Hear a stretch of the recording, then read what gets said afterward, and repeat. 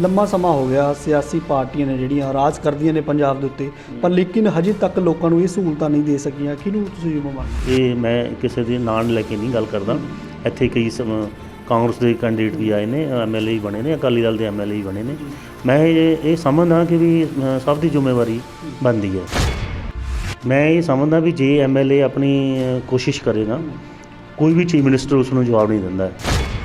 ਜਿਹੜਾ ਹੁਣ ਤੁਸੀਂ ਵੱਡਾ ਹਸਪੀਟਲ ਮੋਹਾਲੀ ਦੇ ਵਿੱਚ ਬਣਿਆ, ਉਹ ਵੱਡਾ ਹਸਪੀਟਲ ਇੱਥੇ ਕਿਉਂ ਨਹੀਂ ਬਣ ਸਕਦਾ ਸੀ, ਜਦ ਕਿ ਮੋਹਾਲੀ ਦੇ ਵਿੱਚ ਚੰਡੀਗੜ੍ਹ ਹੈ, ਨੇੜੇ ਮੈਕਸ ਹੈ ਅਤੇ 32 ਸੈਕਟਰ ਹੈ, ਹੋਰ ਕਈ ਗੌਰਮੈਂਟ ਆਫਿਸ ਹੈਗੇ ਨੇ, ਹਸਪੀਟਲ ਹੈਗੇ ਨੇ। ਉਹ ਇੱਥੇ ਇੱਕ ਪਛੜੇ ਏਰੀਏ ਦੇ ਵਿੱਚ ਲੱਗ ਜਾਂਦਾ ਅਤੇ ਸਾਰੇ ਇੱਥੇ 100 ਕਿਲੋਮੀਟਰ ਦੇ ਵਿੱਚ ਸਾਰਾ ਏਰੀਆ ਨੂੰ ਫੀਡ ਕਰਦਾ। ਉਹ ਮੈਡੀਕਲ ਕਾਲਜ ਇੱਥੇ ਬਣ ਸਕਦਾ ਸੀਗਾ, ਪਰ ਇੱਥੇ ਨਹੀਂ ਕੋਸ਼ਿਸ਼ ਕੀਤੀ ਗਈ। ਹੁਣ ਤੁਸੀਂ ਪਾਰਟੀ ਦੇ ਨਾਲ ਹੋ ਜਾਂ ਮੁੱਖ ਮੰਤਰੀ ਸਾਹਿਬ ਦੇ ਨਾਲ ਹੋ ਜਾਂ ਪ੍ਰਧਾਨ ਦੇ ਨਾਲ ਹੋ? ਮੈਂ ਤਾਂ ਪਾਰਟੀ ਦੇ ਨਾਲ ਹੈ, ਮੁੱਖ ਮੰਤਰੀ ਸਾਹਿਬ ਦੇ ਨਾਲ ਹੈ, ਸਿੱਧੂ ਸਾਹਿਬ ਦੇ ਨਾਲ ਹੈ। ਕਿਹੜੇ ਮੁੱਖ ਮੰਤਰੀ ਦੇ ਨਾਲ ਤੁਸੀਂ, ਜਿਹੜੇ ਮੌਜੂਦਾ ਨੇ ਜਾਂ ਕੈਪਟਨ ਸਾਹਿਬ ਦੇ ਨਾਲ? ਪਰ ਮੰਨਿਆ ਜਾਂਦਾ ਸੀ ਕਿ ਕੈਪਟਨ ਸਾਹਿਬ ਦੇ ਬੜੇ ਨਜ਼ਦੀਕ ਨੇ। ਮੈਂ ਇਹਦੇ 'ਚ ਤਾਂ ਕੋਈ ਸ਼ੱਕ ਨਹੀਂ ਹੈ, ਸਾਰੀ ਦੁਨੀਆ ਉਹਨਾਂ ਦੇ ਨੇੜੇ ਰਹੀ ਹੈ। ਸਾਹਿਬ ਨੇ ਪਾਰਟੀ ਬਣਾ ਲਈ, ਤੁਹਾਨੂੰ ਅਪਰੋਚ ਨਹੀਂ ਕੀਤੀ ਕਿ ਸਿੱਧੂ ਸਾਹਿਬ ਆਓ ਤੁਹਾਨੂੰ ਟਿਕਟ ਦਵਾਈਏ? ਇਹ ਹੁਣ ਮੈਂ ਤੁਹਾਨੂੰ ਥੋੜ੍ਹੀ ਦੱਸੂਗਾ। ਜਦੋਂ ਕਿਹਾ ਜਾਂਦਾ ਕਿ ਟਿਕਟ, ਜੇਕਰ ਮੈਨੂੰ ਟਿਕਟ ਮਿਲਦੀ ਹੈ ਤਾਂ ਠੀਕ ਹੈ, ਮੈਂ ਪਾਰਟੀ ਦੇ ਨਾਲ ਹਾਂ, ਪਾਰਟੀ ਦਾ ਵਰਕਰ ਬਣ ਕੇ ਕੰਮ ਕਰੂੰਗਾ। ਜੇ ਟਿਕਟ ਕਿਸੇ ਹੋਰ ਨੂੰ ਦਿੱਤੀ ਜਾਂਦੀ ਹੈ ਤਾਂ ਕਿਹਾ ਜਾਂਦਾ ਕਿ ਮੈਂ ਪਾਰਟੀ ਦਾ ਵਿਰੋਧ ਕਰੂੰਗਾ, ਤੁਹਾਡਾ ਕੈਂਡੀਡੇਟ ਨਹੀਂ ਜਿੱਤਣ ਦਿੱਤਾ ਜਾਊਗਾ। ਇੱਕ ਪਾਸੇ ਤਾਂ ਅਸੀਂ ਇਹ ਗੱਲ ਕਹਿੰਦੇ ਹਾਂ ਕਿ ਜਿਹੜੀ ਸਿਆਸਤ ਹੈ, ਬੜੀ ਗੰਦੀ ਸਿਆਸਤ ਹੈ। ਇਹਨੂੰ ਗੰਦ ਨੂੰ ਖਤਮ ਕੌਣ ਕਰੇਗਾ? ਸਿਆਸਤ ਦੇ ਵਿੱਚ ਆ ਕੇ ਸਾਫ਼ ਸੁਥਰਾ ਰਹਿ ਸਕਦਾ ਬੰਦਾ? ਰਹਿਣਾ ਚਾਹੀਦਾ ਹੈ, ਬਿਲਕੁਲ ਰਹਿਣਾ ਚਾਹੀਦਾ। ਪਰ ਲੇਕਿਨ ਸਿੱਧੂ ਮੂਸੇਵਾਲੇ ਸਿਆਸਤ ਦੇ ਵਿੱਚ ਆ ਗਏ, ਉਹਦੀ ਫੋਰਨ ਫੈਲਿੰਗ ਹੈ ਜਿਹੜੀ ਬਹੁਤ ਘਟ ਗਈ ਹੈ। ਸਲੂਟ ਤਾਂ ਇਹ ਸੱਚੇ ਪਾਤਸ਼ਾਹ ਇਹ ਮਰਵਾਉਂਦਾ ਹੈਗਾ। ਇਹਦੇ ਨਹੀਂ ਸੋਚਣਾ ਚਾਹੀਦਾ। ਕੁਰਸੀਆਂ ਦਾ ਆਈਆਂ ਗਈਆਂ ਜਾਣ ਵਾਲੀ ਚੀਜ਼ ਨੇ, ਕੁਰਸੀ ਸਮਝ ਕੇ ਨਹੀਂ ਤੁਸੀਂ ਇਹ ਕਰਨਾ ਵੀ ਮੈਂ MLA ਬਣ ਕੇ ਕੁਝ ਕਰਨਾ ਹੈਗਾ। ਨੋ। ਤੁਸੀਂ ਦੇਖ ਰਹੇ ਹੋ ਪੰਜਾਬੀ ਲੋਕ ਚੈਨਲ ਤੇ ਮੈਂ ਹਾਂ ਸੰਜੀਵ ਗੋਇਲ। 2022 ਦੇ ਵਿਧਾਨ ਸਭਾ ਚੁਣਾਵ ਨਜ਼ਦੀਕ ਆ ਚੁੱਕੇ ਨੇ। ਸਾਰੀਆਂ ਹੀ ਸਿਆਸੀ ਪਾਰਟੀਆਂ ਨੇ ਜਿਹੜੇ ਆਪੋ ਆਪਣੇ ਉਮੀਦਵਾਰ ਐਲਾਨਣ ਦੇ ਵਿੱਚ ਲੱਗੇ ਹੋਏ ਨੇ। ਅੱਜ ਗੱਲ ਕਰਾਂਗੇ ਹਲਕਾ ਸੁਤਰਾਣਾ ਦੀ, ਪਟਿਆਲੇ ਜ਼ਿਲ੍ਹੇ ਦਾ ਹਲਕਾ ਸੁਤਰਾਣਾ, ਜਿੱਥੋਂ ਦੇ ਸੰਭਾਵੀ ਉਮੀਦਵਾਰ ਕਾਂਗਰਸ ਤੋਂ ਦਰਸ਼ਨ ਸਿੰਘ ਸਿੱਧੂ ਸਾਡੇ ਨਾਲ ਨੇ। ਇਸ ਵਕਤ ਤਹਿਸੀਲਦਾਰ ਰਹਿ ਚੁੱਕੇ ਨੇ ਤੇ ਹੁਣ ਸਿਆਸਤ ਦੇ ਵਿੱਚ ਆਪਣੀ ਕਿਸਮਤ ਅਜਮਾ ਰਹੇ ਨੇ, ਕਿਉਂਕਿ ਹਲਕੇ ਦੇ ਵਿੱਚ ਵਿਚਰ ਰਹੇ ਨੇ। ਸੰਭਾਵੀ ਉਮੀਦਵਾਰ ਨੇ, ਕਾਂਗਰਸ ਦੇ ਨਾਲ ਲੰਬੇ ਸਮੇਂ ਤੋਂ ਜੁੜੇ ਹੋਏ ਨੇ। ਸਾਡੇ ਨਾਲ ਨੇ ਇਸ ਵਕਤ ਦਰਸ਼ਨ ਸਿੰਘ ਸਿੱਧੂ। ਗੱਲਬਾਤ ਕਰਾਂਗੇ ਇਹਨਾਂ ਦੇ ਨਾਲ ਸਿਆਸੀ ਮੁੱਦਿਆਂ ਨੂੰ ਲੈ ਕੇ। ਸਿੱਧੂ ਸਾਹਿਬ, ਕਿਵੇਂ ਦੇਖਦੇ ਹੋ ਹਲਕਾ ਸੁਤਰਾਣਾ ਚੁਣਿਆ ਤੁਸੀਂ? ਪਹਿਲਾਂ ਇਸ ਹਲਕੇ ਦੇ ਵਿੱਚ ਮੇਰਾ ਖਿਆਲ ਆ ਤੁਸੀਂ ਡਿਊਟੀ ਵੀ ਕੀਤੀ ਆ, ਆਪਣੀ ਸੇਵਾਵਾਂ ਨਿਭਾਈਆਂ ਨੇ। ਕਿਹੜੇ ਸੰਨ ਦੇ ਵਿੱਚ ਤੁਸੀਂ ਆਪਣੀਆਂ ਸੇਵਾਵਾਂ ਨਿਭਾਈਆਂ ਔਰ ਕਿੰਨਾ ਸਮਾਂ ਤੁਸੀਂ ਹਲਕੇ ਦੇ ਵਿੱਚ ਆਪਣੀ ਡਿਊਟੀ ਕੀਤੀ ਹੈ? ਮੈਂ ਤਾਂ 2002 ਤੋਂ ਲੈ ਕੇ 2004 ਤੱਕ ਰਿਹਾ, 5 ਤੱਕ। ਉਸ ਤੋਂ ਬਾਅਦ ਮੈਂ 2007 ਤੋਂ 2009 ਤੱਕ, ਮਤਲਬ ਕਿ ਟੋਟਲ 6 ਸਾਲ ਮੈਂ ਇਸ ਸਬ ਡਿਵੀਜ਼ਨ ਦੇ ਵਿੱਚ ਕੰਮ ਕੀਤਾ ਹੈ ਜੀ। ਲੋਕਾਂ ਦੇ ਨਾਲ ਵਿਚਰੇ ਹੋ? ਹਾਂ, ਲੋਕਾਂ ਦੇ ਨਾਲ ਵਿਚਰਦੇ ਰਹੇ ਹਾਂ। ਸਗੋਂ ਮੈਨੂੰ ਉਸ ਵੇਲੇ ਵੀ ਲੋਕ ਇਹ ਗੱਲ ਕਹਿੰਦੇ ਸੀ, ਤੁਸੀਂ ਇਸ ਤਰੀਕੇ ਨਾਲ ਕੰਮ ਕਰਦੇ ਹੋ ਕਿ ਤੁਸੀਂ ਕੋਈ ਇਲੈਕਸ਼ਨ ਲੜਨ ਦੀ ਹੋ ਤਾਂ ਨਹੀਂ ਆ। ਹਾਲਾਂਕਿ ਮੇਰੀ ਕੋਈ ਚਾਹਨਾ ਨਹੀਂ ਸੀਗੀ ਇਲੈਕਸ਼ਨ ਲੜਨ ਦੀ, ਉਹ ਤਾਂ ਇੱਕ ਹਾਲਾਤ ਬਣ ਗਏ।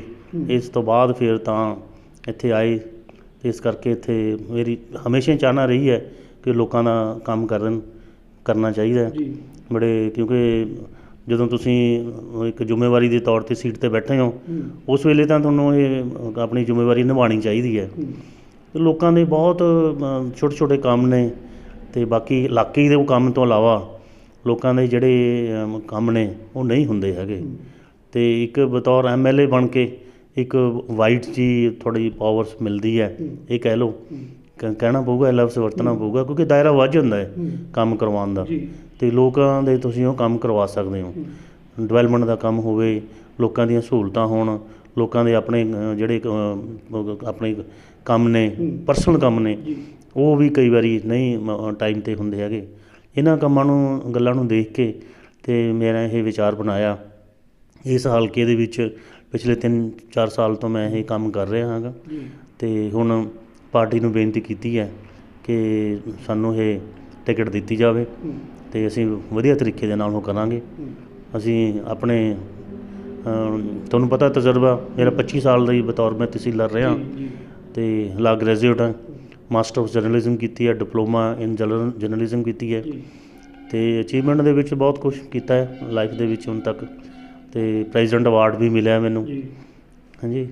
ਤੇ ਇਸ ਕਰਕੇ ਮੇਰੀ ਚਾਹਨਾ ਹੈ ਕਿ ਵੀ ਇੱਥੇ ਇਹ ਕੀਤਾ ਜਾਵੇ, ਕਿਉਂਕਿ ਇੱਕ ਬਹੁਤ ਪਛੜਿਆ ਹੋਇਆ ਏਰੀਆ ਇਹ, ਫਲੱਡ ਅਫੈਕਟਡ ਏਰੀਆ। ਤੇ 3-4 ਜਿਹੜੀਆਂ ਇੱਥੇ ਡਿਸਟਰੀਬਿਊਟਰੀਜ਼ ਨੇ, ਇਹ ਕਹਿ ਲਓ, ਇੱਕ ਘੱਗਰ ਹੈ ਤੇ ਟਾਂਗਰੀ ਹੈ, ਮਾਰਕੰਡਾ ਹੈ, ਪਿੱਛੋਂ ਨਦੀ ਆਉਂਦੀ ਹੈ ਇੱਥੇ, ਉਹ ਸਾਰੀ ਇੱਥੇ ਛਤਰਾਣੇ ਦੇ ਕੋਲ ਇਕੱਠੀ ਹੁੰਦੀ ਹੈ। ਫਿਰ ਉਸ ਵੇਲੇ ਉਹ ਸਾਰਾ ਓਵਰਫਲੋ ਹੋ ਕੇ ਤੇ ਬਹੁਤ ਬੁਰਾ ਹਾਲ ਹੁੰਦਾ ਹੈ। ਉਹ ਮੈਂ ਦੇਖਿਆ ਕਿ ਜਦੋਂ ਇਰੀਗੇਸ਼ਨ ਡਿਪਾਰਟਮੈਂਟ ਵਾਲੇ, ਡਰੇਨੇਜ ਡਿਪਾਰਟਮੈਂਟ ਵਾਲੇ, ਅਤੇ ਇਹਦੀਆਂ ਜਦੋਂ ਕੱਟ ਲੱਗਦਾ ਹੈ ਇਹਨਾਂ ਨੂੰ, ਘੱਗਰ ਦਰਿਆਵਾਂ ਨੂੰ, ਦੂਜੇ ਦਰਿਆਵਾਂ ਨੂੰ, ਅਤੇ ਪਾਣੀ ਫੈਲਦਾ, ਖੇਤਾਂ ਦੇ ਵਿੱਚੋਂ ਨੁਕਸਾਨ ਹੁੰਦਾ ਹੈ। ਅਤੇ ਜਦੋਂ ਇੱਥੇ ਜ਼ਮੀਨ ਦੀ ਅਲਾਟਮੈਂਟ ਹੋਈ ਸੀ, ਉਦੋਂ ਉਸ ਵੇਲੇ ਅਲਾਟਮੈਂਟ ਇੱਥੇ ਸੀਗਾ ਫੋਰੈਸਟ ਸੀਗਾ, ਫੋਰੈਸਟ ਕੱਟ ਕੇ ਫਿਰ ਇਹਨਾਂ ਨੂੰ ਦਿੱਤੀ ਗਈ ਸੀਗੀ। ਅਤੇ ਉਸ ਵੇਲੇ ਤਾਂ ਅੰਗਰੇਜ਼ਾਂ ਦੇ ਟਾਈਮ ਦੇ ਵਿੱਚ ਪਹਿਲਾਂ ਫੋਰੈਸਟ ਲੱਗਿਆ ਸੀ, ਪਰ ਜਦੋਂ ਪਾਰਟੀਸ਼ਨ ਤੋਂ ਬਾਅਦ ਲੋਕਾਂ ਨੂੰ ਇੱਥੇ ਅਲਾਟਮੈਂਟ ਹੋਈ, ਅਤੇ ਮਤਲਬ ਉਸ ਤੋਂ ਬਾਅਦ ਜਦੋਂ ਲੋਕਾਂ ਦੀ ਇੱਥੇ ਖੇਤੀਬਾੜੀ ਕਰ ਰਹੇ ਨੇ ਤਾਂ ਬਹੁਤ ਨੁਕਸਾਨ ਹੁੰਦਾ ਹੈ। ਉਸ ਦੇ ਵਿੱਚ ਤਾਂ ਮੈਂ ਕਈ ਵਾਰੀ ਗੌਰਮੈਂਟ ਲੈਵਲ 'ਤੇ ਉਸ ਵੇਲੇ ਨਹੀਂ ਸੁਣਵਾਈ ਹੁੰਦੀ, ਐਜ ਤਹਿਸੀਲਦਾਰ ਮੈਂ ਕਿਹਾ ਵੀ ਜਿਹੜੀਆਂ ਇਹ ਡਿਸਟਰੀਬਿਊਟਰੀਜ਼ ਹੈਗੀਆਂ ਨੇ, ਘੱਗਰ ਜਿਹੜਾ ਮੈਂ ਨਾਂ ਲਿਆ ਸਾਰਿਆਂ ਦਾ, ਅਤੇ ਇਹਦੇ ਵਿੱਚੋਂ ਜਿਵੇਂ ਅਸੀਂ ਮਾਈਨਿੰਗ ਦੀ ਗੱਲ ਕਰਦੇ ਹਾਂ, ਅਤੇ ਇਹਦੇ ਵਿੱਚੋਂ ਹੀ ਜਿਵੇਂ ਸ਼ਹਿਰ ਦੇ ਵਿੱਚ ਮਿੱਟੀ ਦੀ ਲੋੜ ਹੁੰਦੀ ਆ, ਮਿੱਟੀ ਕਢਵਾ ਲਈ ਜਾਵੇ ਹੈ, ਤਾਂ ਜਦੋਂ ਪਿੱਛੇ ਪਾਣੀ ਆਊਗਾ, ਜਦੋਂ ਇੱਕ ਇੱਥੇ ਸ਼ਤਰਾਣੇ ਦੇ ਕੋਲੇ ਟਾਪ ਲੱਗਦੀ ਹੈ, 32 ਦਰਾ ਬਣਦਾ, ਉੱਤੇ ਦੀ ਉਹ ਭਾਖੜਾ ਨਹਿਰ ਜਾਂਦੀ ਹੈ, ਅਤੇ ਉੱਥੇ ਪਾਣੀ ਰੁਕ ਜਾਂਦਾ ਹੈ ਅਤੇ ਬਹੁਤ ਬੁਰਾ ਹਾਲ ਹੁੰਦਾ। ਪਿੱਛੇ ਤੱਕ ਸਾਰਾ ਪਟਿਆਲੇ ਤੱਕ ਪਾਣੀ ਰੁਕ ਜਾਂਦਾ ਹੈ, ਘਨੌਰ ਏਰੀਆ, ਬਲਵੇੜਾ ਏਰੀਆ ਸਾਰਾ ਉੱਤੇ ਹੁੰਦਾ ਹੈ। ਅਤੇ ਇਹ ਇਸ ਤਰ੍ਹਾਂ ਹੋਣਾ ਚਾਹੀਦਾ। ਇੱਕ ਦੂਸਰਾ, ਇਹਨਾਂ ਦਰਿਆਵਾਂ ਦੇ ਆਲੇ ਦੁਆਲੇ ਬਾਂਸ ਦੀ ਖੇਤੀ ਹੋਣੀ ਚਾਹੀਦੀ ਹੈ।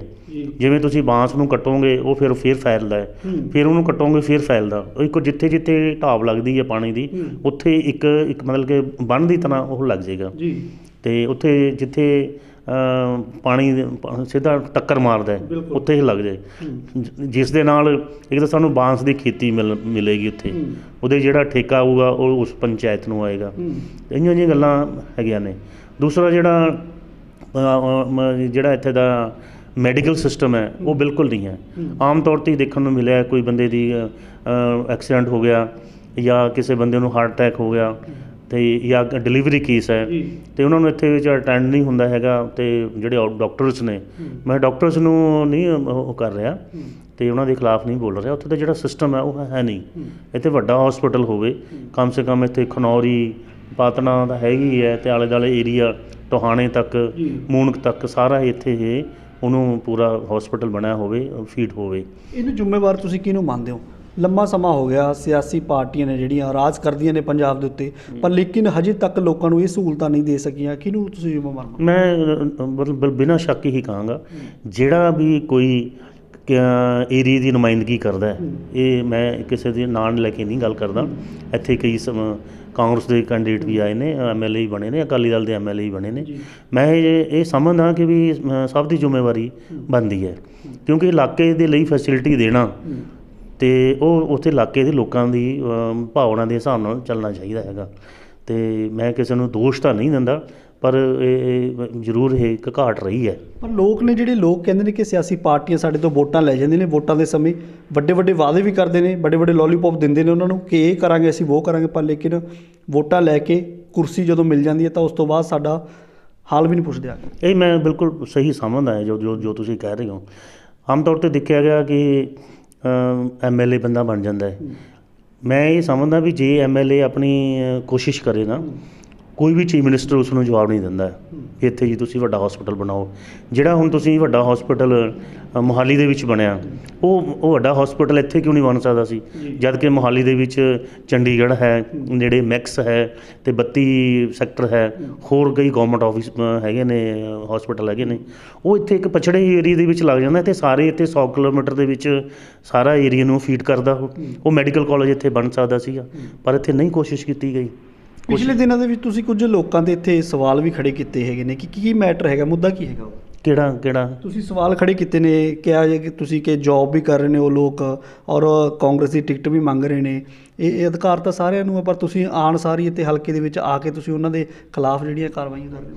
ਨਹੀਂ, ਉਹ ਗੱਲ ਠੀਕ ਹੈ, ਕਿਸੇ ਦੇ ਖਿਲਾਫ ਨਹੀਂ ਗੱਲ ਹੈਗੀ। ਦੇਖੋ ਹੁਣ ਸਾਡੇ ਜਿਹੜੇ ਪਾਰਟੀ ਦੇ ਲੀਡਰ ਨੇ, ਪ੍ਰਧਾਨ ਨੇ ਨਵਜੋਤ ਸਿੰਘ ਸਿੱਧੂ ਜੀ, ਅਤੇ ਚੰਨੀ ਸਾਹਿਬ ਸਾਡੇ CM ਸਾਹਿਬ ਨੇ, ਹਰੀਸ਼ ਚੌਧਰੀ ਜੀ, ਤੇ ਸਾਡੇ ਜਿਹੜੇ ਅਬਜ਼ਰਵਰ ਨੇ ਸਾਰਿਆਂ ਨੇ ਇਹ ਗੱਲ ਕਹੀ ਹੈ, ਤੁਸੀਂ ਵੀ ਸਟੇਜਾਂ 'ਤੇ ਦੇਖਦੇ ਹੋਵੋਗੇ, ਤੇ ਇਹ ਕਿਹਾ ਵੀ ਅਸੀਂ ਮਾਫੀਆ ਨਹੀਂ ਰਹਿਣ ਦੇਣਾ, ਬਿਲਕੁਲ ਮਾਫੀਆ ਅਸੀਂ ਰਹਿਣ ਨਹੀਂ ਦੇਣਾ ਹੈਗਾ, ਵੀ ਕੋਈ ਵੀ ਗਲਤ ਕੰਮ ਨਹੀਂ ਹੋ ਜਾਣਾ। ਤੇ ਅਸੀਂ ਹੁਣ ਦੇਖਣ ਨੂੰ ਆਇਆ ਕਿ ਇੱਕ ਸੰਭਾਵੀ ਉਮੀਦਵਾਰ ਸੀ ਸਰਦਾਰ ਦਰਬਾਰਾ ਸਿੰਘ, ਤੇ ਉਹ ਐਕਸਾਈਜ਼ ਡਿਪਾਰਟਮੈਂਟ ਦੇ ਵਿੱਚ ਕੰਮ ਕਰਦੇ ਸੀਗੇ।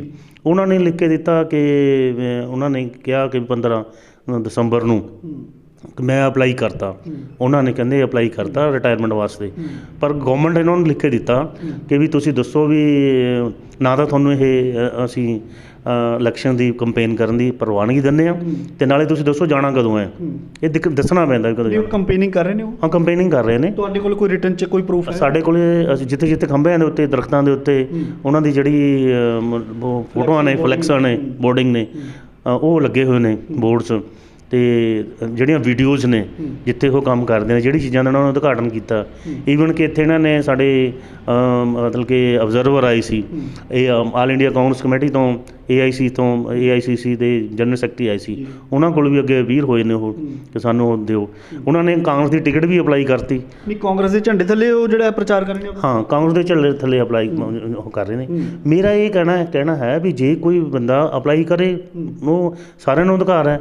ਹੁਣ ਅਸੀਂ ਸਿਟਿੰਗ MLA ਨੇ, ਅਸੀਂ ਉਹਨਾਂ ਦੇ ਹੁੰਦੇ ਹੋਏ ਵੀ ਅਸੀਂ ਸਾਰੇ 5-6 ਬੰਦੇ ਮੱਥੇ ਕਰ ਰਹੇ ਹਾਂ, ਪਰ ਕੋਈ ਚੀਟ ਤਾਂ ਨਾ ਕਰੇ। ਉਹ ਚੀਟ ਕਰ ਰਹੇ ਨੇ, ਪਾਰਟੀ ਨੂੰ ਵੀ, ਲੋਕਾਂ ਨੂੰ ਵੀ, ਤੇ ਗਵਰਨਮੈਂਟ ਨੂੰ ਵੀ। ਇਸ ਕਰਕੇ ਅਸੀਂ ਇਹਨਾਂ ਨੂੰ ਕਿਹਾ, ਇਹ ਜਿਹੜਾ ਮੈਂ ਇਲੈਕਸ਼ਨ ਕਮਿਸ਼ਨ ਨੂੰ ਆਪ ਅਸੀਂ ਸਾਰੇ ਜਣੇ ਇਕੱਠੇ ਹੋ ਕੇ ਕੰਪਲੇਂਟ ਦੇ ਕੇ ਆਏ ਹਾਂ। ਉਹ ਕੰਪਲੇਂਟ ਦੇ ਵਿੱਚ ਲਿਖ ਕੇ ਆਏ ਹਾਂ ਕਿ ਵੀ ਇਹ ਬੰਦਾ ਇਹ ਕੰਮ ਕਰ ਰਿਹਾ, ਇਹਦੇ ਖਿਲਾਫ ਜੋ ਬਣਦੀ ਕਾਰਵਾਈ ਹੈ ਤੇ ਕੀਤੀ ਜਾਵੇ, ਤੇ ਪਰਚਾ ਦਰਜ ਕੀਤਾ ਜਾਵੇ, ਇਹਨੂੰ ਸਸਪੈਂਡ ਕੀਤਾ ਜਾਵੇ, ਜੋ ਵੀ ਕਾਰਵਾਈ ਬਣਦੀ ਹੈ ਇਹਦੇ ਖਿਲਾਫ ਕਾਰਵਾਈ ਕੀਤੀ ਜਾਵੇ। ਚੋਣ ਕਮਿਸ਼ਨ ਦੇ ਵੱਲੋਂ ਜਿਹੜਾ ਹੈਗਾ ਇਸ ਦੇ ਉੱਪਰ ਐਕਸ਼ਨ ਲਿਆ ਜਾਏਗਾ। ਉਹਨਾਂ ਨੇ ਬੜੇ ਧਿਆਨ ਨਾਲ ਸਾਡੀ ਗੱਲ ਸੁਣੀ ਹੈ, ਮੈਂ ਥੈਂਕਫੁਲ ਉਹਨਾਂ ਦਾ। ਤੇ ਸ੍ਰੀ S ਕਰਨਾ ਰਾਜੂ ਜੀ ਸਾਡੇ IAS ਨੇ, ਚੀਫ ਇਲੈਕਟੋਰਲ ਆਫਿਸਰ ਨੇ ਪੰਜਾਬ ਦੇ, ਤੇ ਉਹਨਾਂ ਨੇ ਮੈਨੂੰ ਵਿਸ਼ਵਾਸ ਦਿਵਾਇਆ ਵੀ ਹਾਂ ਅਸੀਂ ਇਹ ਕੰਮ ਕਰਾਂਗੇ। ਪਾਰਟੀ ਦੇ ਤੁਸੀਂ ਧਿਆਨ ਦੇ ਵਿੱਚ ਲਿਆਂਦਾ ਕਾਂਗਰਸ ਪਾਰਟੀ? ਸਾਡੇ ਅਬਜ਼ਰਵਰ ਸਾਹਿਬ ਸ੍ਰੀ ਹਰਪ੍ਰੀਤ ਚੀਮਾ ਜੀ ਨੇ, ਤੇ ਉਹਨਾਂ ਨੂੰ ਮੈਂ ਇਹ ਰਿਟਰਨ ਦੇਤਾ, ਸੈਪਰੇਟ ਐਪਲੀਕੇਸ਼ਨ ਦਿੱਤੀ ਆ, ਅਸੀਂ ਸਾਰਿਆਂ ਨੇ ਇਕੱਠੇ ਹੋ ਕੇ ਦਿੱਤੀ ਆ। ਤੇ ਦੇਖੋ ਜੀ, ਇਸ ਦਾ ਗੱਲ ਦਾ ਨਿਤਾਰਾ ਹੋਣਾ ਚਾਹੀਦਾ ਵੀ, ਕਿਉਂਕਿ ਇਹ ਇੱਕ ਮੁੱਦਾ ਹੈ ਕਿ ਸਾਡੀ ਪਾਰਟੀ ਦਾ ਨਹੀਂ ਰਿਹਾ, ਤੇ ਇਹ ਜਿਹੜਾ ਮੁੱਦਾ ਹੈ ਇਹ ਦੂਜੀਆਂ ਪਾਰਟੀਆਂ ਕੋਲ ਵੀ ਚੱਲ ਗਿਆ। ਕੱਲ੍ਹ ਨੂੰ ਇਹਨੂੰ ਟਿਕਟ ਮਿਲ ਗਈ ਤਾਂ ਨੋਮੀਨੇਸ਼ਨ ਕੈਂਸਲ ਹੋ ਜਾਣੀ ਆ, ਅਕਾਲੀ ਦਲ ਨੇ ਗੱਲ ਕਰਨੀ ਆ, ਆਮ ਆਦਮੀ ਪਾਰਟੀ ਨੇ ਗੱਲ ਕਰਨੀ ਆ। ਸਾਡਾ ਉਹਦੇ ਨਾਲ, ਦਰਬਾਰਾ ਸਿੰਘ ਨਾਲ ਇਹ ਗੱਲ ਹੈਗੀ ਹੈ, ਜੇ ਤੁਸੀਂ ਕੰਪੀਟੀਸ਼ਨ ਦੇ ਵਿੱਚ ਹੈਗੇ ਹੋ ਮੈਰਿਟ ਦੇ ਆਧਾਰ 'ਤੇ ਕਿਸੇ ਨੂੰ ਮਿਲਦੀ ਹੈ, ਪਰ ਇਹ ਲੋਕਾਂ ਨੂੰ ਚੀਟ ਨਾ ਕਰੋ। ਜੇ ਤੁਸੀਂ ਹੈ ਤਾਂ ਆਪਣਾ ਰਿਟਾਇਰਮੈਂਟ ਲਓ, ਤੇ ਇਸ ਕਰਕੇ ਉਹਨਾਂ ਨੇ ਇਹ ਗਲਤ ਕੀਤਾ। ਤੁਸੀਂ ਰਿਟਾਇਰਮੈਂਟ 'ਤੇ ਹੋ? ਹਾਂ, ਮੈਂ ਤਾਂ 6 ਸਾਲ ਪਹਿਲਾਂ ਹੀ ਰਿਟਾਇਰਮੈਂਟ ਲੈ ਲਈ ਸੀ। ਮੈਂ ਤਾਂ 2016 ਦੇ ਵਿੱਚ ਰਿਟਾਇਰਮੈਂਟ ਲੈ ਲਈ ਸੀ, ਤਾਂ ਤੁਹਾਨੂੰ ਪਤਾ ਹੀ ਹੈ। ਉਸ ਤੋਂ ਬਾਅਦ ਮੈਂ ਤਾਂ VRS ਲੈ ਲਈ ਸੀਗੀ। ਹੁਣ ਤੁਸੀਂ ਪਾਰਟੀ ਦੇ ਨਾਲ ਹੋ ਜਾਂ ਮੁੱਖ ਮੰਤਰੀ ਸਾਹਿਬ ਦੇ ਨਾਲ ਹੋ ਜਾਂ ਪ੍ਰਧਾਨ ਦੇ ਨਾਲ ਹੋ? ਮੈਂ ਤਾਂ ਪਾਰਟੀ ਦੇ ਨਾਲ ਹੈ, ਮੁੱਖ ਮੰਤਰੀ ਸਾਹਿਬ ਦੇ ਨਾਲ ਹੈ, ਸਿੱਧੂ ਸਾਹਿਬ ਦੇ ਨਾਲ ਹੈ। ਕਿਹੜੇ ਮੁੱਖ ਮੰਤਰੀ ਦੇ ਨਾਲ ਤੁਸੀਂ, ਜਿਹੜੇ ਮੌਜੂਦਾ ਨੇ ਜਾਂ ਕੈਪਟਨ ਸਾਹਿਬ ਦੇ ਨਾਲ? ਪਰ ਮੰਨਿਆ ਜਾਂਦਾ ਸੀ ਕਿ ਕੈਪਟਨ ਸਾਹਿਬ ਦੇ ਬੜੇ ਨਜ਼ਦੀਕ ਨੇ ਤੁਸੀਂ। ਨਹੀਂ, ਪਹਿਲਾਂ ਰਹੇ ਹਾਂ, ਇਹਦੇ 'ਚ ਤਾਂ ਕੋਈ ਸ਼ੱਕ ਨਹੀਂ ਹੈ। ਸਾਰੀ ਦੁਨੀਆ ਉਹਨਾਂ ਦੇ ਨੇੜੇ ਰਹੀ ਹੈ, ਇਹ ਤਾਂ ਨਹੀਂ। ਅਸੀਂ ਪਟਿਆਲੇ ਦੇ ਹੈਗੇ ਹਾਂ, ਸਿੱਧੂ ਹਾਂ, ਅਸੀਂ ਵੀ ਸਿੱਧੂ ਹਾਂ, ਕੈਪਟਨ ਸਾਹਿਬ ਵੀ ਸਿੱਧੂ ਨੇ, ਨਵਜੋਤ ਸਿੰਘ ਸਿੱਧੂ ਵੀ ਸਿੱਧੂ ਨੇ, ਠੀਕ ਹੈ ਨਾ, ਅਸੀਂ ਰਹੇ ਹਾਂ, ਠੀਕ ਹੈ। ਉਹ ਕੋਈ ਗੱਲ ਨਹੀਂ ਹੈ। ਜਦੋਂ ਉਹ ਪਾਰਟੀ ਛੱਡ ਗਏ ਨੇ, ਸਾਡੀ ਤਾਂ 3 ਪੀੜ੍ਹੀਆਂ ਅਸੀਂ ਪਾਰਟੀ ਦੇ ਨਾਲ ਰਹੇ ਹਾਂ। ਪਰ ਜੇ ਕੋਈ ਬੰਦਾ ਇਹ ਕਹੇ ਕਿ ਵੀ ਹਾਂ ਵੀ ਇਹ ਪਹਿਲਾਂ ਕੈਪਟਨ ਸਾਹਿਬ ਅਤੇ ਮਹਾਰਾਣੀ ਸਾਹਿਬ ਦੇ ਨਾਲ ਨਹੀਂ ਸੀਗੇ, ਇਹਨੂੰ ਕਿਵੇਂ ਡਿਨਾਈ ਕੀਤਾ ਜਾ ਸਕਦਾ? ਇਹ ਡਿਨਾਈ ਨਹੀਂ ਨਾ ਕੀਤਾ ਜਾ ਸਕਦਾ, ਠੀਕ ਹੈ ਨਾ। ਉਹ ਹੁਣ ਜੋ ਪਾਰਟੀ ਛੱਡ ਗਏ ਨੇ, ਅੱਜ ਅਸੀਂ ਪਾਰਟੀ ਦੇ ਨਾਲ ਹੈ, ਕੋਈ ਗੱਲ ਨਹੀਂ ਹੈ। ਪਰ ਮੈਂ ਉਹ ਨਹੀਂ, ਜਿਵੇਂ ਤੁਸੀਂ ਇੱਕ ਸਕੈਚੀ ਜਾਂ ਕੁਐਸਚਨ ਮੈਨੂੰ ਕੀਤਾ ਵੀ ਉਹਨਾਂ ਦੇ ਨਾਲ ਸੀਗੇ, ਮੈਂ ਮੰਨਦਾ ਵੀ ਹਾਂ ਉਹਨਾਂ ਦੇ ਨਾਲ ਸੀ, ਸਾਰੀ ਦੁਨੀਆ ਸੀ। ਹੁਣ ਗੱਲਬਾਤ ਹੋ ਜਾਂਦੀ ਕਦੇ ਕੈਪਟਨ ਸਾਹਿਬ ਨਾਲ? ਨਹੀਂ, ਲੋਕਾਂ ਦੀ, ਮਿਨਿਸਟਰਾਂ ਦੀ ਗੱਲ ਤਾਂ ਹੁੰਦੀ ਹੋਊਗੀ, ਕਦੇ ਹੋ ਗਈ ਸੀ, ਉਹ ਹੋ ਵੀ ਜਾਂਦੀ ਹੈ, ਕਦੇ ਕੰਮ ਪੈਂਦਾ ਨਹੀਂ ਹੈ। ਕੈਪਟਨ ਸਾਹਿਬ ਨੇ ਪਾਰਟੀ ਬਣਾ ਲਈ, ਤੁਹਾਨੂੰ ਅਪਰੋਚ ਨਹੀਂ ਕੀਤੀ ਕਿ ਸਿੱਧੂ ਸਾਹਿਬ ਆਓ ਤੁਹਾਨੂੰ ਟਿਕਟ ਦਵਾਈਏ? ਇਹ ਹੁਣ ਮੈਂ ਤੁਹਾਨੂੰ ਥੋੜ੍ਹੀ ਦੱਸੂਗਾ, ਉਹ ਤਾਂ ਇਕੱਲੇ ਨੂੰ ਨਹੀਂ, ਮੈਨੂੰ ਨਹੀਂ, ਲੋਕ ਸੁਣ ਰਹੇ ਨੇ, ਲੋਕਾਂ ਨੂੰ ਮੈਂ ਤਾਂ ਹੀ ਕਹਿ ਰਿਹਾ ਨਾ, ਉਹ ਤਾਂ ਇਕੱਲੇ ਵਰਕਰ ਨੂੰ ਫੋਨ ਜਾ ਰਿਹਾ, ਇਕੱਲੇ ਲੋਕ ਜਾ ਰਹੇ ਨੇ। ਪਰ ਮੈਂ ਕਾਂਗਰਸ ਪਾਰਟੀ ਦੇ ਨਾਲ ਹੈ, ਕਾਂਗਰਸ ਪਾਰਟੀ ਦੇ ਨਾਲ ਹੀ ਖੜਾਂਗਾ। ਟਿਕਟ ਦੀ ਕੋਈ ਗੱਲਬਾਤ ਚੱਲੀ ਹੈਗੀ ਕਿਸ ਤਰ੍ਹਾਂ ਤੋਂ ਤੁਹਾਨੂੰ, ਕਿਉਂਕਿ ਸੰਭਾਵੀ ਉਮੀਦਵਾਰ ਵਜੋਂ ਤੁਹਾਨੂੰ ਪਹਿਚਾਣਿਆ ਜਾ ਰਿਹਾ ਹੁਣ ਹਲਕੇ ਦੇ ਵਿੱਚ, ਟਿਕਟ ਨੂੰ ਲੈ ਕੇ ਕਿਤੇ ਚਰਚਾ ਪਾਰਟੀ ਨਾਲ ਹੋ ਰਹੀ ਆ ਕਿ ਦਾਅਵਾ ਹੈਗਾ ਤੁਹਾਡਾ ਕਿ ਟਿਕਟ ਮਿਲਣ ਜਾ ਰਹੀ ਹੈ ਕਾਂਗਰਸ? ਹਾਂ, ਮੈਂ ਉੱਥੇ ਟਿਕਟ ਅਪਲਾਈ ਕਰਤੀ ਹੈ, ਅਸੀਂ 5-6 ਬੰਦਿਆਂ ਨੇ ਟਿਕਟ ਅਪਲਾਈ ਕੀਤੀ ਹੈ, ਆਪਣਾ ਦਾਅਵਾ ਰੱਖਿਆ, ਸਾਡੀ ਇੰਟਰਵਿਊ ਵੀ ਹੋਈ ਹੈ, ਤੇ ਉਹਨਾਂ ਨੂੰ ਦੱਸਿਆ ਸਾਡੀ ਜੋ ਕੋਈ ਪਾਰਟੀ ਦੇ ਫੈਸਲਾ ਕੀਤਾ ਹੈ ਉਹ ਸਾਨੂੰ ਸਿਰ ਮੱਥੇ ਹੋਏਗਾ। ਪਰ ਦਰਬਾਰਾ ਸਿੰਘ ਨਾਲ ਨਹੀਂ, ਕਿਉਂਕਿ ਅਸੀਂ ਪਿੱਛੇ ਜੇ ਸਾਡੇ ਜਿਹੜੇ ਸਿਟਿੰਗ MLA ਨੇ ਉਹਨਾਂ ਦੇ ਖਿਲਾਫ ਕਈਆਂ ਨੇ ਗੱਲ ਕੀਤੀ ਵੀ ਇਹਨਾਂ ਨੇ ਆਹ ਕੀਤਾ, ਇਹਨਾਂ ਨੇ ਉਹ ਕੀਤਾ। ਅਸੀਂ ਕਿਹਾ ਵੀ ਇਸ ਤਰ੍ਹਾਂ ਨਾ ਕਰੋ, ਬਹੁਤ ਨਜਾਇਜ਼ ਸ਼ਰੀਫ ਬੰਦੇ ਨੇ, ਉਹ ਬਜ਼ੁਰਗ ਬੰਦੇ ਨੇ, ਅਤੇ ਜੇ ਪਾਰਟੀ ਨੇ ਉਹਨਾਂ ਦੀ ਟਿਕਟ ਕੱਟੀ ਸਾਨੂੰ ਦਿੱਤੀ, ਕੋਈ ਗੱਲ ਨਹੀਂ, ਉਹ ਸਾਡੇ ਨਾਲ ਨੇ। ਅਸੀਂ ਤਾਂ ਹੁਣ ਵੀ ਇਹੀ ਗੱਲ ਕਹਿੰਦੇ ਹਾਂ ਵੀ ਜੇ ਕਿਸੇ ਨੂੰ ਵੀ ਟਿਕਟ ਦੇ ਦਿੱਤੀ ਸਾਡੇ ਦੇ ਵਿੱਚੋਂ, ਨਾਰ ਸਿੰਘ ਜੀ ਨੇ, ਹਰਿੰਦਰਪਾਲ ਉੱਚੀ ਜੀ ਨੇ, ਹੈ ਜੀ, ਕੁਲਵੰਤ ਜੀ ਨੇ, ਹੈ ਜੀ, ਕੁਲਵੰਤ ਨਾਰੀਕੇ ਨੇ, ਅਸੀਂ ਹੈਗੇ ਨੇ ਸਾਰੇ, ਕਿਉਂਕਿ ਸਾਡਾ ਦਿਲ ਬਿਲਕੁਲ ਕਲੀਅਰ ਹੈ। ਅਸੀਂ ਨਹੀਂ ਕਿਸੇ ਨੂੰ ਕਹਿੰਦੇ ਵੀ ਅਸੀਂ, ਪਰ ਇਹ ਦਰਬਾਰਾ ਸਿੰਘ ਇਸ ਤਰ੍ਹਾਂ ਕਰ ਰਿਹਾ ਜੀ, ਹਾਂਜੀ, ਇਹਨੇ ਸਾਨੂੰ ਬਗੈਰ ਪੁੱਛੇ ਸਾਨੂੰ ਕੌਨਫੀਡੈਂਸ 'ਚ ਲਏ। ਇਹਨਾਂ ਨੇ 29 ਤਰੀਕ ਦੀ ਉਹ ਲੈ ਆਏ ਸੀਗੇ ਕਿ ਜੀ ਇੱਥੇ ਰਾਜਾ ਵੜਿੰਗ ਅਤੇ ਸਿੱਧੂ ਮੂਸੇਵਾਲਾ ਉਹਨਾਂ ਦਾ ਪ੍ਰੋਗਰਾਮ ਆਇਆ। ਅਸੀਂ ਪਾਰਟੀ ਨੂੰ ਬੇਨਤੀ ਕੀਤੀ ਕਿ ਸਾਰਿਆਂ ਨੂੰ ਇਕੱਠਾ ਹੋ ਕੇ ਕਰੋ, MLA ਨੂੰ ਨਾਲ ਲੱਗੇ। MLA ਸਿਟਿੰਗ MLA ਆ, ਕੋਈ ਆਪੋਜੀਸ਼ਨ ਤਾਂ ਹੈ ਨਹੀਂ, ਉਹਨਾਂ ਨੇ ਕੈਂਸਲ ਕਰਤੀ। ਸਿਟਿੰਗ MLA ਦੀ ਕਾਰਗੁਜ਼ਾਰੀ ਨੂੰ ਤੁਸੀਂ ਕਿਵੇਂ ਦੇਖਦੇ ਹੋ? 4.5 ਸਾਲ ਤੋਂ ਉੱਤੇ ਦਾ ਸਮਾਂ ਨਿਕਲ ਗਿਆ ਹੈ, ਉਹਨਾਂ ਦੀ ਕਾਰਗੁਜ਼ਾਰੀ ਸੁਤਰਾਣੇ ਹਲਕੇ ਦੀ ਕਿਵੇਂ ਰਹੀ ਹੈਗੀ? ਦੇਖੋ, ਉਹ ਤਾਂ ਕਾਰਗੁਜ਼ਾਰੀ ਬਾਰੇ ਤਾਂ ਲੋਕਾਂ ਨੂੰ ਜ਼ਿਆਦਾ ਪਤਾ ਹੈ ਅਤੇ ਪਾਰਟੀ ਨੂੰ ਜ਼ਿਆਦਾ ਪਤਾ ਹੈ। ਮੈਂ ਕੋਈ ਛਟਕ ਅਸੀਂ ਕਰਾਂ ਉਹ ਠੀਕ। ਹਲਕੇ 'ਚ ਵਿਚਰ ਰਹੇ ਕੰਮਾਂ ਬਾਰੇ ਤਾਂ ਤੁਹਾਨੂੰ ਪਤਾ ਹੀ ਹੋਵੇਗਾ ਕਿ ਲੋਕਾਂ ਦੀ ਕੀ ਡਿਮਾਂਡ ਸੀਗੀ, ਕਿ ਕਿੰਨੇ ਕੁ ਕੰਮ ਹੋ ਗਏ ਨੇ, ਕਿਉਂਕਿ ਸਰਕਾਰ ਵੀ ਕਾਂਗਰਸ ਦੀ ਰਹੀ ਹੈ। ਨਹੀਂ, ਹਾਂ, ਕੋਈ ਕੰਮ ਹੋਣ ਵਾਲੇ ਨੇ, ਕਈ ਹੋਏ ਵੀ ਨੇ, ਕਈਆਂ ਦੇ ਹੁਣ ਵੀ MLA ਸਾਹਿਬ ਉਹ ਕਰ ਰਹੇ ਨੇ। ਪਰ ਉਹ ਤਾਂ ਆਪ ਖੁਦ ਸਰਕਾਰ ਦੇ ਖਿਲਾਫ ਬੋਲਦੇ ਰਹੇ ਨੇ, ਕੈਪਟਨ ਸਾਹਿਬ ਦੇ ਖਿਲਾਫ ਬੋਲਦੇ ਰਹੇ ਨੇ, ਨਿਰਮਲ ਸਿੰਘ। ਉਹ ਉਹਨਾਂ ਦੇ ਆਪਣਾ ਪਰਸਨਲ ਉਹ ਹੈਗਾ। ਜੇ ਫਰਜ਼ ਕਰੋ ਸਰਕਾਰ ਦੇ ਖਿਲਾਫ ਬੋਲਦੇ ਨੇ, ਉਹ ਕੋਈ ਕਾਰਨ ਹੋਏਗਾ, ਕਿਉਂ ਕਾਰਨ ਬੋਲਦੇ ਨੇ, ਕਿਉਂ ਮਤਲਬ ਉਹਨਾਂ ਦੇ ਖਿਲਾਫ ਬੋਲਦੇ ਰਹੇ ਨੇ। ਸਿੱਧੂ ਸਾਹਿਬ, ਇੱਕ ਗੱਲ ਹੋਰ ਕਲੀਅਰ ਕਰਨੀ ਚਾਹਾਂਗੇ ਇੱਥੇ, ਕਿਉਂਕਿ ਕੀ ਹੁੰਦਾ ਜਦੋਂ ਚੋਣਾਂ ਦਾ ਮਾਹੌਲ ਹੁੰਦਾ ਉਦੋਂ ਬੜੇ ਇੱਕ ਦੂਸਰੀ ਪਾਰਟੀ 'ਤੇ ਇਲਜ਼ਾਮ ਲਾਉਂਦੀਆਂ ਨੇ, ਪਰ ਲੇਕਿਨ ਕਾਂਗਰਸ ਦੇ ਵਿੱਚ ਦੇਖਣ ਨੂੰ ਮਿਲਦਾ ਖਾਸ ਕਰਕੇ ਕਿ ਛੋਟੇ ਲੈਵਲ ਤੋਂ ਲੈ ਕੇ ਵੱਡੇ ਲੈਵਲ ਤੱਕ ਲੀਡਰਾਂ ਦੇ ਵਿੱਚ ਕਾਟੋ ਕਲੇਸ਼ ਜਿਹੜਾ ਇਹ ਛਿੜਿਆ ਹੀ ਰਹਿੰਦਾ। ਇਸੇ ਕਰਕੇ ਜਿਹੜੀਆਂ ਕਾਂਗਰਸ ਦੀਆਂ ਸੀਟਾਂ ਨੇ ਉਹ ਹਾਰੀਆਂ ਜਾਂਦੀਆਂ ਨੇ। ਕਿਸ ਤਰ੍ਹਾਂ ਦੇਖਦੇ ਹੋ ਇਸ ਨੂੰ? ਦੇਖੋ, ਜਿਹੜੀਆਂ ਕਿਸੇ ਦੀ ਆਪਸ ਦੇ ਵਿੱਚ ਕੋਈ ਕਾਟੋ ਕਲੇਸ਼ ਨਾ ਇਸ ਨੂੰ ਕਹੋ, ਜਿਹੜੀਆਂ ਥੋੜ੍ਹੀਆਂ ਡਿਫਰੈਂਸਿਸ ਆਫ ਓਪੀਨੀਅਨ ਜਿਹਨੂੰ ਕਹਿੰਦੇ ਆਪਾਂ, ਜਿਹੜੇ ਆਪਣਾ ਤੁਹਾਡੀ ਗੱਲ ਮੇਰੇ ਨਾਲ ਨਹੀਂ ਬਣਦੀ, ਮੇਰੀ ਤੁਹਾਡੇ ਨਾਲ ਨਹੀਂ ਬਣਦੀ, ਉਹ ਹੁੰਦੀ ਹੈ। ਪਰ ਜਦੋਂ ਅਸੀਂ ਇੱਕ ਫੈਮਿਲੀ ਦੇ ਤੌਰ 'ਤੇ ਇਕੱਠੇ ਹਾਂ ਨਾ, ਫਿਰ ਇਕੱਠੇ ਹੀ ਹੁੰਦੇ ਹਾਂ। ਅਸੀਂ ਜਦੋਂ ਸਾਰਾ ਫਰਜ਼ ਕੋਈ ਇੱਕ ਫੈਮਿਲੀ ਦੇ ਵਿੱਚ ਕਾਂਗਰਸ ਪਾਰਟੀ ਦੇ ਵਿੱਚ ਹੈਗੇ ਹਾਂ, ਸਾਨੂੰ ਇੱਕ ਦੂਸਰੇ ਬਾਰੇ ਕਹਿਣਾ ਚਾਹੀਦਾ ਵੀ ਤੁਸੀਂ ਗਲਤ ਕਰ ਰਹੇ ਹੋ, ਤੁਸੀਂ ਠੀਕ ਕਰ ਰਹੇ ਹੋ, ਇਹ ਕਰ ਰਹੇ ਹੋ, ਉਹ ਕਰ ਰਹੇ ਹੋ। ਉਹ ਹੁੰਦਾ ਹੈ, ਇਹ ਡੈਮੋਕ੍ਰੇਸੀ ਦੇ ਵਿੱਚ ਇਹ ਹੁੰਦਾ ਹੈ ਅਤੇ ਹੋਣਾ ਵੀ ਚਾਹੀਦਾ। ਅਤੇ ਇੱਕ ਦੂਸਰੇ ਨੂੰ ਗੱਲ ਕਰਨੀ, ਇਹਨੂੰ ਕਾਟੋ ਕਲੇਸ਼ ਨਹੀਂ ਕਿਹਾ ਜਾ ਸਕਦਾ। ਪਰ ਜਦੋਂ ਇੱਕ ਪਲੇਟਫਾਰਮ 'ਤੇ ਇਕੱਠੇ ਹੁੰਦੇ ਹਾਂ, ਉਹਦੇ ਇੱਕ ਕਾਂਗਰਸ ਪਾਰਟੀ ਦੇ ਵਿੱਚ 'ਤੇ ਅਸੀਂ ਇਕੱਠੇ ਹੁੰਦੇ ਹਾਂ। ਜਦੋਂ ਕਿਹਾ ਜਾਂਦਾ ਕਿ ਟਿਕਟ, ਜੇਕਰ ਮੈਨੂੰ ਟਿਕਟ ਮਿਲਦੀ ਹੈ ਤਾਂ ਠੀਕ ਹੈ, ਮੈਂ ਪਾਰਟੀ ਦੇ ਨਾਲ ਹਾਂ, ਪਾਰਟੀ ਦਾ ਵਰਕਰ ਬਣ ਕੇ ਕੰਮ ਕਰੂੰਗਾ। ਜੇ ਟਿਕਟ ਕਿਸੇ ਹੋਰ ਨੂੰ ਦਿੱਤੀ ਜਾਂਦੀ ਹੈ ਤਾਂ ਕਿਹਾ ਜਾਂਦਾ ਕਿ ਮੈਂ ਪਾਰਟੀ ਦਾ ਵਿਰੋਧ ਕਰੂੰਗਾ, ਤੁਹਾਡਾ ਕੈਂਡੀਡੇਟ ਨਹੀਂ ਜਿੱਤਣ ਦਿੱਤਾ ਜਾਊਗਾ। ਹਾਂ, ਇਹ ਹੁੰਦਾ ਹੈ। ਹੋਣਾ ਚਾਹੀਦਾ ਹੈ? ਨਹੀਂ, ਹੋਣਾ ਨਹੀਂ ਚਾਹੀਦਾ, ਪਰ ਕਈ ਕਾਰਨ ਹੁੰਦੇ ਨੇ, ਕਈ ਕਾਰਨ ਹੋ ਜਾਂਦੇ ਨੇ ਵੀ ਹਾਂ ਵੀ ਇਸ ਤਰ੍ਹਾਂ। ਪਰ ਸ਼ਤਰਾਣੇ ਦੀ ਪੋਜੀਸ਼ਨ ਦੇ ਵਿੱਚ ਇਹ ਹੈ, ਅਸੀਂ ਸਾਰਿਆਂ ਨੇ ਇਕੱਠੇ ਹੋ ਕੇ, MLA ਸਾਹਿਬ ਹੁਣ ਸਿਟਿੰਗ MLA ਨੇ ਅਤੇ ਬਾਕੀ ਹੋਰ ਸਾਰੇ ਨੇ, ਅਸੀਂ ਇਕੱਠੇ ਹੋ ਕੇ ਹੀ ਇੱਕ ਉਹ ਕੀਤਾ। ਸਾਡੇ ਅਬਜ਼ਰਵਰ ਚੀਮਾ ਸਾਹਿਬ ਨੇ ਇਹ ਗੱਲ ਸਾਰਿਆਂ ਨੂੰ ਇਕੱਠੇ ਕਰਕੇ ਸਾਨੂੰ ਕਿਹਾ, ਅਤੇ ਸਾਨੂੰ ਪੂਰਾ ਉਹਦੇ ਮੀਡੀਆ ਦੇ ਸਾਹਮਣੇ ਕਿਹਾ, ਅਤੇ ਵੀ ਹਾਂ ਅਸੀਂ ਸਾਰੇ ਇਕੱਠੇ ਹਾਂ ਜੀ। ਲੋਕ ਹਲਕੇ ਦੇ ਲੋਕ, ਕਿਉਂਕਿ ਜ਼ਿਆਦਾਤਰ ਇੱਥੋਂ ਦੇਖਿਆ ਗਿਆ ਹਿੰਦੂ ਵੋਟ ਜ਼ਿਆਦਾ ਹੈ ਸੁਤਰਾਣੇ ਹਲਕੇ ਦੇ ਵਿੱਚ, ਪਾਤੜਾਂ ਸ਼ਹਿਰ ਦੀ ਵੋਟ ਕਾਫੀ ਜ਼ਿਆਦਾ ਹੈਗੀ ਆ। ਕੈਪਟਨ ਸਾਹਿਬ ਦੇ ਨਾਲ, ਮਹਾਰਾਣੀ ਪ੍ਰਨੀਤ ਕੌਰ ਦੇ ਨਾਲ ਲੋਕਾਂ ਦਾ ਬੜਾ ਲਗਾਵ ਰਿਹਾ ਹੈਗਾ। ਪਰ ਲੇਕਿਨ ਹੁਣ ਤੁਸੀਂ ਇੱਥੇ ਕਾਂਗਰਸ ਦੀ ਸੀਟ ਨੂੰ ਕਿਵੇਂ ਦੇਖ ਰਹੇ ਹੋ? ਕੀ ਲੱਗਦਾ ਹੈ ਆਸਾਨੀ ਨਾਲ ਜਿੱਤੀ ਜਾ ਸਕਦੀ ਹੈ? ਨਹੀਂ, ਦੇਖੋ, ਇਹਦੇ ਬਾਰੇ ਤਾਂ ਜਿਹੜੇ ਪਰਸਨਲ ਰਿਲੇਸ਼ਨ ਨੇ, ਪਰਸਨਲ ਰਿਲੇਸ਼ਨ ਹੋਣਗੇ, ਪਰ ਲੋਕ ਹਮੇਸ਼ਾ ਹੀ ਪਾਰਟੀ ਦੇ ਨਾਲ ਖੜ੍ਹਦੇ ਨੇ। ਪਰਸਨਲ ਰਿਲੇਸ਼ਨ ਤਾਂ ਤੁਸੀਂ ਮੇਰੇ ਵੀ ਕਹਿ ਰਹੇ ਹੋ, ਤੁਹਾਡੇ ਪਰਸਨਲ ਰਿਲੇਸ਼ਨ ਹੈ, ਪਰ ਜਿਹੜੇ ਇੱਥੇ ਦੇ ਲੋਕ ਨੇ, ਸਿਆਣੇ ਨੇ ਸਾਰੇ, ਪਿੰਡਾਂ ਦੇ ਵਿੱਚ ਵੀ ਕਾਂਗਰਸ ਪਾਰਟੀ ਹੈਗੀ ਹੈ ਅਤੇ ਸ਼ਹਿਰ ਦੇ ਵਿੱਚ ਵੀ ਕਾਂਗਰਸ ਪਾਰਟੀ ਹੈਗੀ ਹੈ। ਹੁਣ ਜੇ ਤੁਸੀਂ ਪਰਸਨਲ ਤੌਰ 'ਤੇ ਕਿਸੇ ਨਾਲ ਉਹਨਾਂ ਦੀ ਹੈਗੀ ਹੈ ਤਾਂ ਠੀਕ ਹੈ, ਅਤੇ ਉਹ ਉਹਨਾਂ ਦੇ ਹੋਏਗੀ, ਮਤਲਬ ਕਿ ਆਪਾਂ ਤਾਂ ਹੁਣ ਕਹਿ ਨਹੀਂ ਸਕਦੇ ਕੁਛ। ਸਿੱਧੂ ਸਾਹਿਬ, ਸਿਆਸਤ ਦੇ ਵਿੱਚ ਹਰੇਕ ਵਿਅਕਤੀ ਜਿਹੜਾ ਹੈਗਾ ਆਉਣ ਦੀ ਇੱਛਾ ਰੱਖਦਾ। ਕੀ ਮੇਨ ਤੁਸੀਂ ਕੀ ਉਸ ਨੂੰ ਸਮਝਦੇ ਹੋ ਕਿ ਲੋਕਾਂ ਦੀਆਂ ਭਾਵਨਾਵਾਂ ਨੂੰ ਦੇਖ ਕੇ, ਲੋਕਾਂ ਦੀਆਂ ਉਮੀਦਾਂ ਨੂੰ ਦੇਖ ਕੇ ਸਿਆਸਤ ਦੇ ਵਿੱਚ ਲੋਕ ਆ ਰਹੇ ਨੇ? ਬੇਸ਼ੱਕ ਉਹ ਕਲਾਕਾਰ ਹੋਣ, ਬੇਸ਼ੱਕ ਸਪੋਰਟਸ ਵਾਲੇ ਹੋਣ, ਬੇਸ਼ੱਕ ਕਿਸਾਨ ਜਥੇਬੰਦੀਆਂ ਹੋਣ, ਬੇਸ਼ੱਕ ਉਹ ਅਫਸਰਸ਼ਾਹੀ ਦੇ ਲੋਕ ਹੋਣ, ਹਰ ਇੱਕ ਵਿਅਕਤੀ ਸਿਆਸਤ ਦੇ ਵਿੱਚ ਕੁਰਸੀ ਲੈਣ ਦੇ ਲਈ ਦੌੜ ਦੇ ਵਿੱਚ ਲੱਗਿਆ ਹੋਇਆ। ਕੀ ਲੱਗਦਾ ਹੈ ਕਿ ਲੋਕਾਂ ਦੇ ਹੱਕਾਂ ਦੀ ਗੱਲ ਕਰਨ ਵਾਸਤੇ ਸਿਆਸਤ ਦੇ ਵਿੱਚ ਆ ਰਹੇ ਨੇ, ਜਾਂ ਫਿਰ ਸਿਰਫ ਇੱਕ ਲਾਲ ਬੱਤੀ ਦੇ ਚਾਅ ਦੇ ਵਿੱਚ ਹੀ ਜਿਹੜਾ ਸਿਆਸਤ ਦੇ ਵਿੱਚ ਆ ਰਹੇ ਨੇ ਲੋਕ? ਤੁਸੀਂ ਬਹੁਤ ਵਧੀਆ ਕੁਐਸਚਨ ਕੀਤਾ, ਬਹੁਤ ਵਧੀਆ ਕੁਐਸਚਨ ਕੀਤਾ। ਜੇ ਤੁਸੀਂ ਅੱਜ ਚੰਡੀਗੜ੍ਹ ਦੇ ਵਿੱਚ ਦੇਖੋ ਨਾ, ਬਹੁਤ ਸਾਰੇ IAS ਅਫਸਰ, IPS ਅਫਸਰ, PCS ਅਫਸਰ, ਹੋਰ ਗਸਟਡ ਅਫਸਰ ਰਿਟਾਇਰ ਹੋਣ ਤੋਂ ਬਾਅਦ ਰੋਜ਼ ਸਵੇਰੇ ਉੱਠ ਕੇ ਧੁੱਪ ਸੇਕਦੇ ਨੇ, ਤੇ ਬ੍ਰੇਕਫਾਸਟ ਕਰਨ ਤੋਂ ਬਾਅਦ ਬਿਲਕੁਲ ਗੋਲਫ ਖੇਡਣ ਚਲੇ ਜਾਣਗੇ, ਕਲੱਬਾਂ 'ਚ ਜਾਣਗੇ, ਸ਼ਾਮ ਨੂੰ ਆ ਕੇ ਫਿਰ ਆਪਣਾ ਡਰਿੰਕ ਲੈ ਕੇ ਫਿਰ ਉਹ। ਮੈਂ ਇਹ ਗੱਲ ਹਮੇਸ਼ਾ ਕਹਿੰਦਾ ਹੁੰਦਾ, ਜਿਹੜੇ ਵੀ ਮੇਰੇ ਦੋਸਤ ਨੇ, ਮੇਰੇ ਕੁਲੀਗਸ ਨੇ ਜਾਂ ਮੇਰੇ ਆਫੀਸਰ ਰਹੇ ਨੇ ਵੱਡੇ, ਮੈਂ ਉਹਨਾਂ ਨੂੰ ਹਮੇਸ਼ਾ ਕਹਿੰਦਾ ਹੁੰਦਾ, ਜੇ ਤੁਸੀਂ ਆਪਣੀ ਜਿਹੜੀ ਕੰਟਰੀਬਿਊਸ਼ਨ ਹੈ ਇਸ ਪੰਜਾਬ ਦੇ ਪਿੰਡਾਂ ਦੇ ਲਈ ਦੇ ਦਿਓ, ਪੰਜਾਬ ਦੇ ਸ਼ਹਿਰਾਂ ਦੇ ਲਈ ਦੇ ਦਿਓ, ਤਾਂ ਪੰਜਾਬ ਇੱਕ ਨਾ ਸੋਨੇ ਦੀ ਚਿੜੀਆ ਬਣ ਜਾਊਗਾ। ਤੇ ਪਰ ਬਾਹਰ ਜਾ ਰਹੇ ਨੇ, ਨਹੀਂ ਜਾ ਸਕਦੇ, ਨਹੀਂ ਜਾਣਗੇ ਉਹ। ਪਰ ਕਿਉਂ? ਇਹ ਤੁਹਾਡੇ ਵਾਲਾ ਸਵਾਲ ਜਦੋਂ ਉਲਟਾ ਸਵਾਲ ਤੁਸੀਂ ਪੁੱਛਦੇ ਹੋ ਨਾ, ਵੀ ਜਿਹੜੇ ਕਾਂਗਰਸ ਜਿਹੜੇ ਆਫੀਸਰ ਨੇ ਉਹ ਕਿਉਂ ਆਉਂਦੇ ਨੇ, ਉਹ ਕਿਉਂ ਸਿਆਸਤ 'ਚ ਆਉਂਦੇ ਨੇ?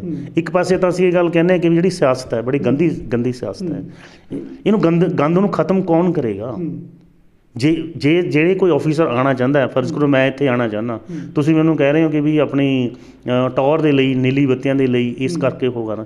ਮੇਰੇ ਮਨ ਦੇ ਵਿੱਚ ਭਾਵਨਾ ਇਹ ਹੈਗੀ ਹੈ ਕਿ ਵੀ ਜਿਹੜੇ ਪਿੰਡਾਂ ਦੇ ਵਿੱਚ, ਸ਼ਹਿਰ ਦੇ ਵਿੱਚ ਜੋ ਫੈਸਿਲਿਟੀਆਂ ਦੇਣੀਆਂ ਚਾਹੁੰਦੇ ਹਾਂ, ਜੇ ਕੋਈ ਪੜ੍ਹਿਆ ਲਿਖਿਆ ਬੰਦਾ ਆ ਰਿਹਾ ਹੈਗਾ ਸਿਆਸਤ ਦੇ ਵਿੱਚ, ਤਾਂ ਕਿਸੇ ਆਪਣੀ ਛਵੀ ਵਾਸਤੇ ਤਾਂ ਨਹੀਂ ਆਏਗਾ, ਆਪਣੀ ਟੌਰ ਟੱਪੇ ਵਾਸਤੇ ਤਾਂ ਨਹੀਂ ਆਏਗਾ, ਕੋਈ ਹੋਰ ਕਿਸੇ ਆਪਣੇ ਮੋਟਿਵ ਦੇ ਲਈ ਤਾਂ ਨਹੀਂ ਨਾ ਆਏਗਾ, ਠੀਕ ਹੈ ਨਾ। ਇਸ ਕਰਕੇ ਜਿਹੜਾ ਕੋਈ ਬੰਦਾ ਇੱਥੇ ਆ ਰਿਹਾ ਉਹਨੂੰ ਵੈਲਕਮ ਕਰਨਾ ਚਾਹੀਦਾ, ਤਾਂ ਹੀ ਇਹ ਸਿਆਸਤ ਜਿਹੜੀ ਜਿਹਨੂੰ ਗੰਦੀ ਸਿਆਸਤ ਕਿਹਾ ਜਾਂਦਾ ਇਹ ਖਤਮ ਹੋਏਗੀ। ਸਿਆਸਤ ਦੇ ਵਿੱਚ ਆ ਕੇ ਸਾਫ਼ ਸੁਥਰਾ ਰਹਿ ਸਕਦਾ ਬੰਦਾ, ਰਹਿਣਾ ਚਾਹੀਦਾ, ਬਿਲਕੁਲ ਰਹਿਣਾ ਚਾਹੀਦਾ।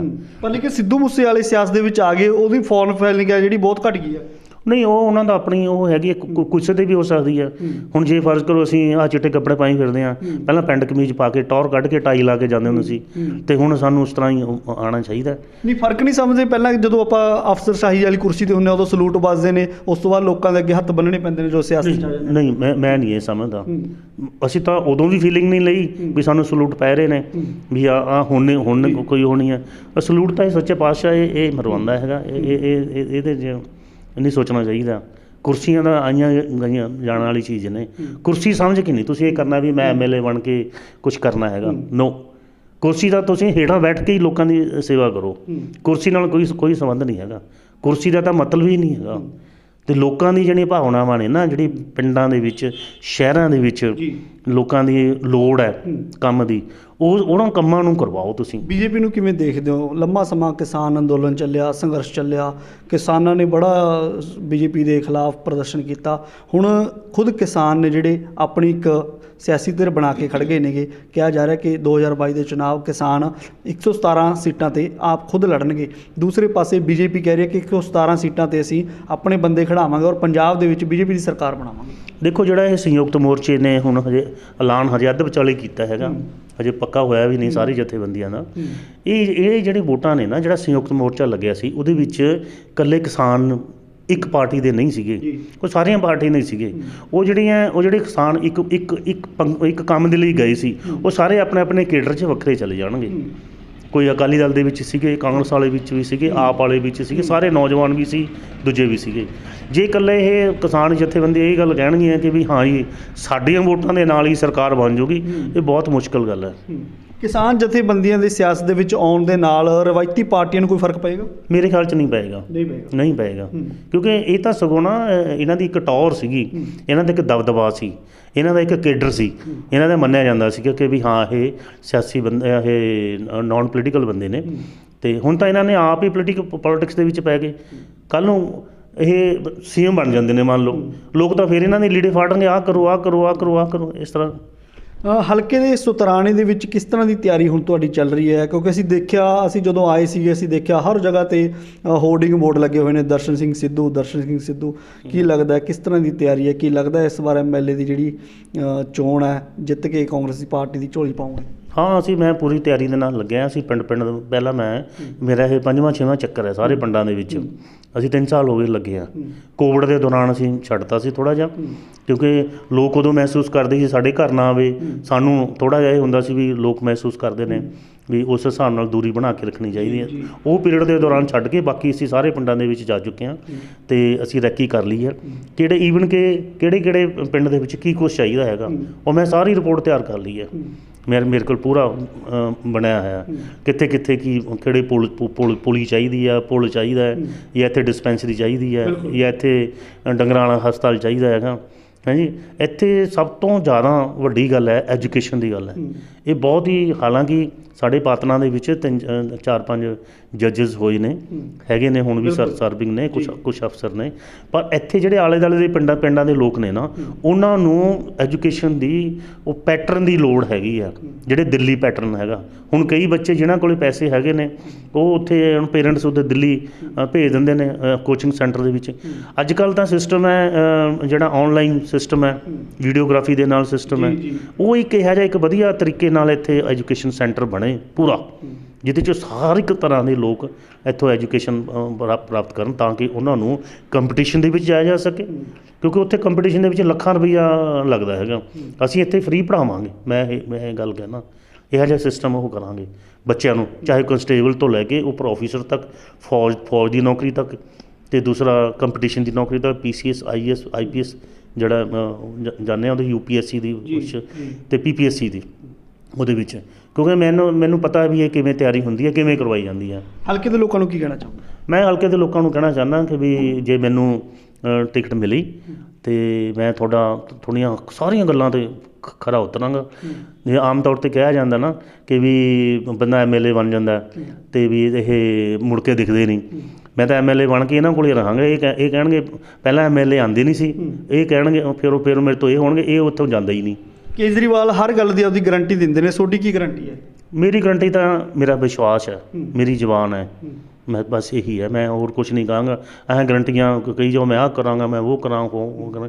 ਲੋਕਾਂ ਨੂੰ ਮੇਰੇ 'ਤੇ ਵਿਸ਼ਵਾਸ ਕਰਨਾ ਚਾਹੀਦਾ, ਅਤੇ ਮੈਂ ਫਿਰ ਇਹ ਗੱਲ ਕਹਾਂਗਾ, ਜੇ ਮੈਂ ਇੱਕ ਵਾਰੀ MLA ਬਣ ਗਿਆ ਨਾ, ਅਗਲੀ ਵਾਰੀ ਵੋਟਾਂ ਮੰਗਣ ਨਹੀਂ ਆਊਂਗਾ, ਫਿਰ ਲੋਕ ਆਪੇ ਹੀ ਵੋਟ ਪਾਉਣ, ਤਾਂ ਫਾਇਦਾ ਹੈ।